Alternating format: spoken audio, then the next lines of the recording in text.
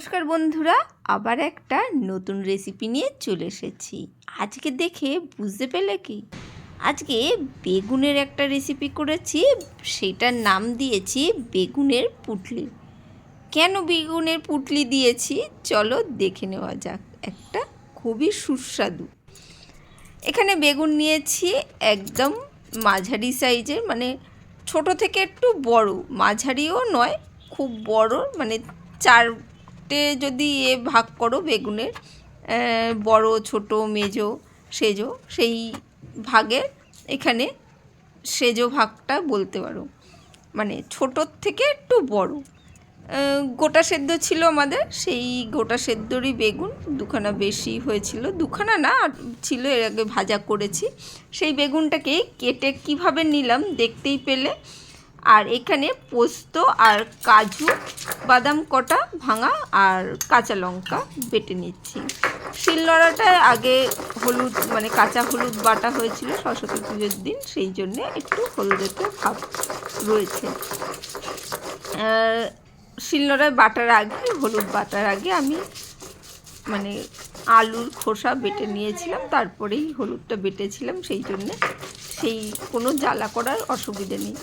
চলো সেই সব বাদ দিয়ে বেগুনটাকে দেখতেই পেয়েছো, প্রথমে মাঝখান থেকে কেটেছি, তারপরে 4 ভাগ করেছি, তার থেকে ছোট করে বেশ একটু লম্বা লম্বা কেটে, মাঝখান থেকে কেটে বাদ দিইনি, কীভাবে কেটেছি দেখে বুঝতেই পেলে। এখানে কাজু পোস্ত কাঁচা লঙ্কার সাথে একটু হলুদ গুঁড়ো একটু লবণ দিয়ে দিলাম। হলুদ গুঁড়োটা দিতেও পারো নাও দিতে পারো, তবুও কালার হলে ভালো লাগবে তাই।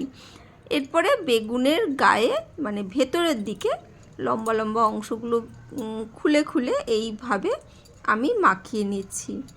তোমরা দেখে কিন্তু বেগুনের কাটার ব্যাপারটা কিন্তু বুঝতেই পেরেছো, ডাঁটি রেখে দিয়েছি, ফালি করে বের করে দিইনি, আস্ত বেগুন রয়েছে, আর হালকা হালকা করে মাখিয়ে নিচ্ছি, মানে পুর ভরার মতন নয়, পেস্টগুলো গায়ে গায়ে এইভাবে লাগিয়ে দিলেই কিন্তু হয়ে যাবে।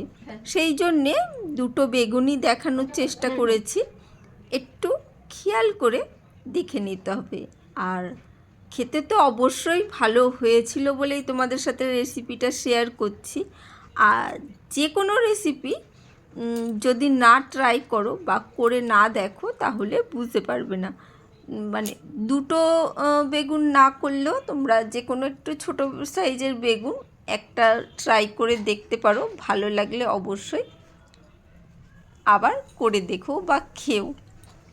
সবসময় তো একঘেয়ে রেসিপি ভালো লাগে না, সেই জন্যেই ভাবলাম এই রেসিপিটা তোমাদের সাথে শেয়ার করেই দিই যখন করেছি। আর খেতে ভালো হয়েছিল বলেই, আর তোমরা বলবে যে নিজের রান্না তো নিজে ভালো বলবেই, কেউ খারাপ বলে না, কিন্তু দেখে বলো খারাপ কি জিনিসটা, একটু অন্যরকম না? তোমরা কি কোনো দিন এইভাবে ট্রাই করেছো জানানি, আমি করেছিলাম তাই তোমাদের সাথে শেয়ার করছি। চলো এইভাবে সবগুলোই মাখিয়ে নিয়েছি সুন্দরভাবে, পুরোটাই কিন্তু যতটা মশলাটা বেটেছিলাম মোটামুটি পুরোটাই দিয়ে দিয়েছি, গায়ে মাখিয়ে নিয়েছি। তারপরে যেটুকুনি রয়েছে বেগুনগুলো ফাঁক করে করে একটু একটু ঢুকিয়ে দেওয়ার চেষ্টা করেছি। তারপরে তো বাটনা করব, শুধু ভাজা তো করব না, সেই জন্যে ওটা যেটুকুনি গায়ে লেগে রয়েছে সেটুকুনি হয়ে যাবে। আর হাত ধুয়ে এখানে একটা সুতোর সাহায্যে বেঁধে দিচ্ছি।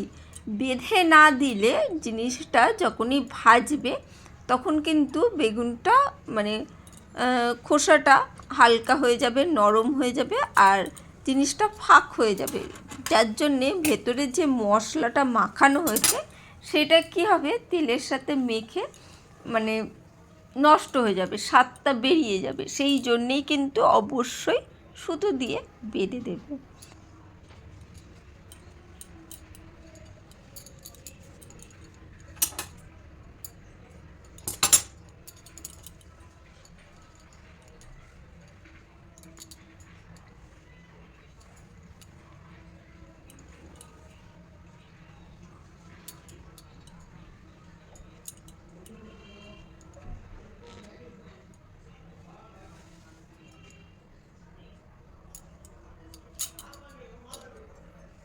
দুটো বেগুনই বেঁধে দিয়েছি আর সর্ষের তেল গরম করে নিয়েছি, 2 চামচ মতন তেল দিয়েছি, দেখে বুঝতেই পেলে খুব বেশি নয়। সেই 2 চামচ তেলেই কিন্তু হাই ফ্লেম রেখে বেগুনগুলো ভাজবো, কোনো লো ফ্লেম করবে না, হাই ফ্লেম রেখে বেগুনগুলো হালকা হালকা করে নাড়াচাড়া করে এদিক ওদিক সব দিক মানে সামনে পিছনে ওপরে নিচে পুরোটাই কিন্তু ভাজতে হবে। এদিকে বেগুনটা ভাজা হোক, আমি গ্রেভির জন্য একটু মশলাটা করে নিই। এখানে একটা কাঁচা লঙ্কা নিয়েছি, তোমরা ঝাল বেশি খেলে আর একটা নিয়ে নেবে। আর নিয়েছি 4 মগজ, 4 মগজটা কাঁচা লঙ্কা দিয়ে সুন্দরভাবে বেটে নিচ্ছি। তোমরা, আমি শিলনোড়ায় বেটেছি, তোমরা মিক্সিতেও বেটে নিতে পারো। ওইদিকে কিন্তু বেগুনটা ভাজা হচ্ছে আর গ্যাসের ফ্লেমটা কিন্তু হাই হয়ে রয়েছে।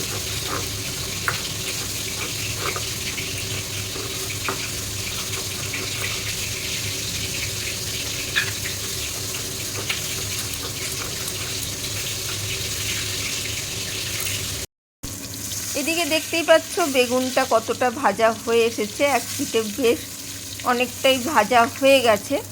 এরপরে আস্তে আস্তে আমি ঘুরিয়ে বেগুনটাকে আরও সুন্দর করে ভেজে নিচ্ছি। সুন্দর করে ভেজে নিতে হবে, ওপর নিচ সামনে পিছনে পুরোটাই কিন্তু। আর এখানে 4 মগজ আর কাঁচা লঙ্কাটা বাটা রয়েছে, তার সাথে আমি দিয়ে দিচ্ছি 2 চামচ মতন টক দই। ওই প্যাকেটের যে টক দই থাকে সেই টক দই দিচ্ছি, তোমরা এমনি দোকানের দইও দিতে পারো। তাহলে একটু জল দিয়ে দেবে, একটু পাতলা হলে সুবিধা হয়। তার সাথে আমি দিয়ে দেবো একটু বেসন, ছোটো বাটি হয়ে গেছিলো তাই অসুবিধে হচ্ছিলো, তাই একটু বেসন দেওয়ার জন্য আর একটু বড় বাটিতে দিয়ে দিলাম। ওই 1 চামচের মতন পুরো বেসন দিলেই কিন্তু হয়ে যাবে।